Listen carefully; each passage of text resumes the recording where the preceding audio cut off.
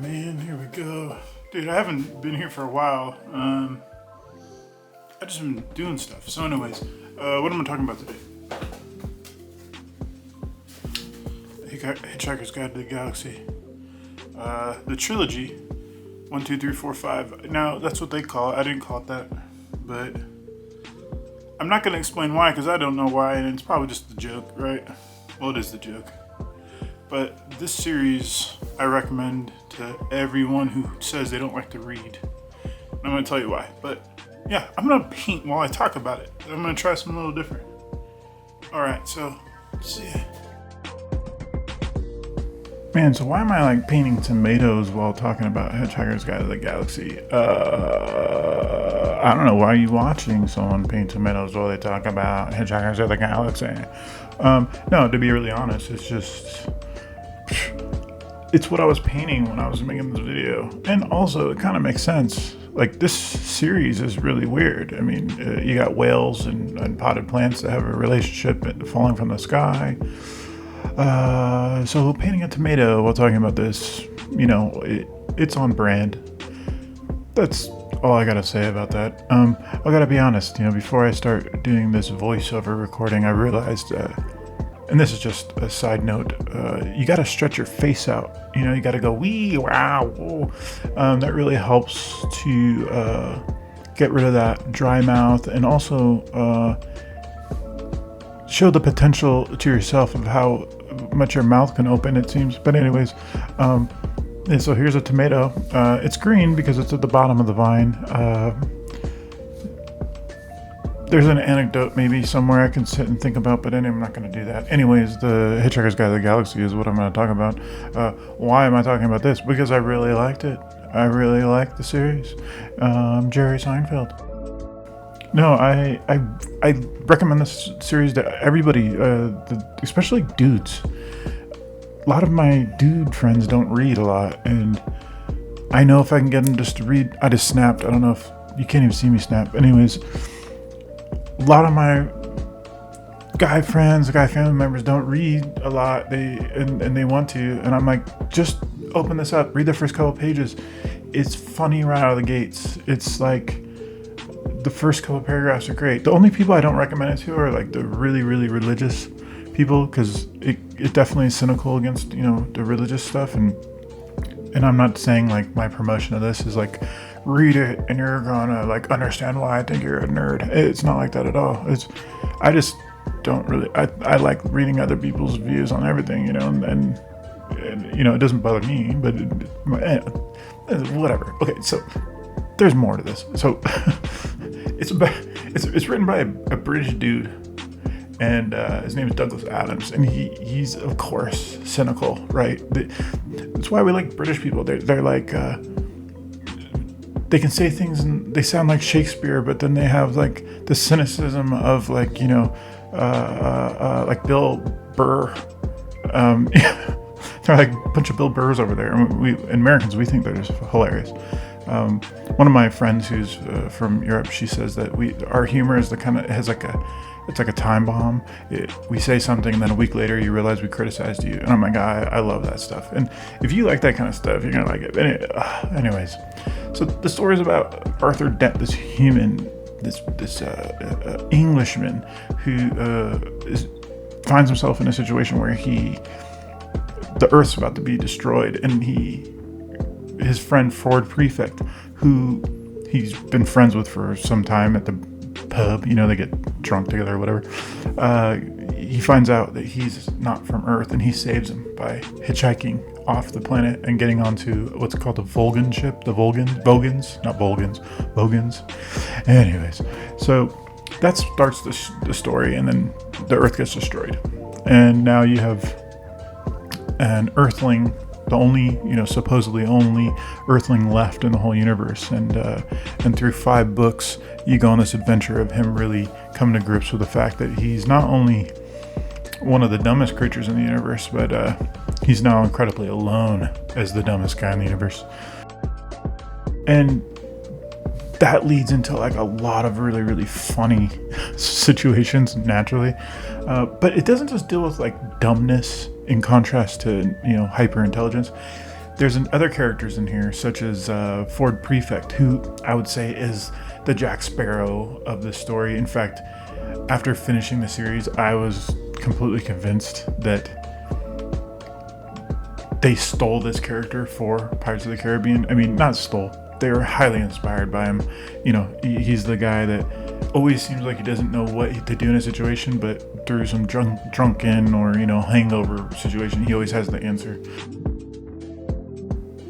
But you've got, like, also Zaphoid Beeblebrox, who's the cousin or semi-cousin to Ford Prefect, who's the president of the universe. And it's explained that the reason he's an idiot is because they only elect idiots because he is a placeholder for power, because the people who really have control, you know, need someone to entertain, you know, the universe. And everyone kind of knows this, right? I mean, I don't know, but there's this really, really funny situation that happens. Okay, so it goes like this. I just wanted to say, like, real quick, you just saw me spin that around my canvas, and, you know, I do that a lot, like, when I'm painting something, I'm flipping it, and this has been done forever. There's even some, like, you know, easels that you can spin, and people from forever, you know, have been looking at their stuff upside down. It's a good way to kind of jog your, you know, familiarity with it and see if there's any problems. You know, I'm sure there's problems, but it's consistent with what I'm doing. That's the main thing I'm looking for, is this consistency. Anyways, back to the book talk. Anyways, I love that part.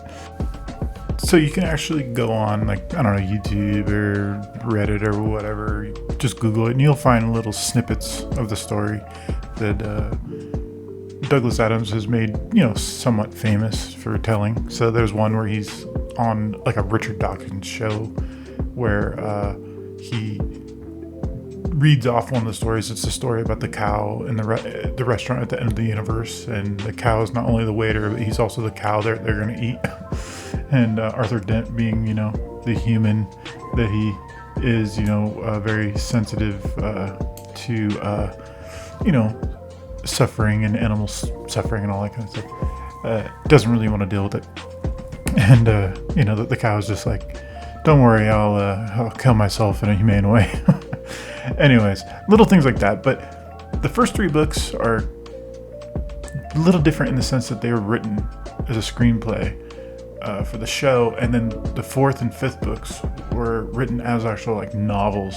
Now, I don't notice the shift in voice or pacing or anything like that. Outside of the 4th book is written as almost like a romance novel, and when I heard that, I was like, oh, this is gonna suck. But it's actually my favorite one out of the entire series. The 5th one is a blend between the first 3 and the 4th, and he kind of gets back to this, you know, similar kind of humor, even though there's a lot of humor in the fourth one as well. But he gets back to this kind of, like, I don't know. To me, it's like, it's perfect, because it's like you fall in love with the first 3 because of this kind of, like, quick quip that he has. The 4th one, he kind of throws a curveball at you, but he's still really, really good at what he's doing. And then the 5th one, he brings you right back to what you loved in the first 3, blending the 4th, right? Which I just said and just repeated, I guess. But the way the story kind of wraps up with the 5th book is so good that it kind of leads you to want to read it again, not because you want to go through the experience again, but because he ties it almost into a circle, and so it lends itself to be read forever. And because of that, it's like something I love recommending to people, especially people, like I said, that don't really like to read much. I don't know of a better series that does what he did. Like, for instance, if you, like, read Harry Potter, which I have actually never really read all of it. I mean, that was before my time. I was in, I think, high school when that was coming out. And when I started reading it, I was like, I'm not really interested. But I did end up seeing the whole movie stuff. Actually, I think, you know, the movies are just as good as the book, because those books are I'm going off on a tangent here. Anyways, the way that ends, because it's like they're getting older and older and older, it leads you out of the story. You know, it's like, oh, going back to the beginning of Harry Potter is kind of like not worth it, because the way it leaves off is that they, you know, go on with their lives, and now they're out there in the world somewhere and they have kids and blah blah blah blah. That's not how this ends. I mean, sure, it's not like a time traveling thing where it's like, oh, we're right back at the beginning, but the way it ends is within the kind of the humor with it, is that going right back to the beginning of it, I'm trying to explain it without spoilers, makes a lot of sense. You know, I think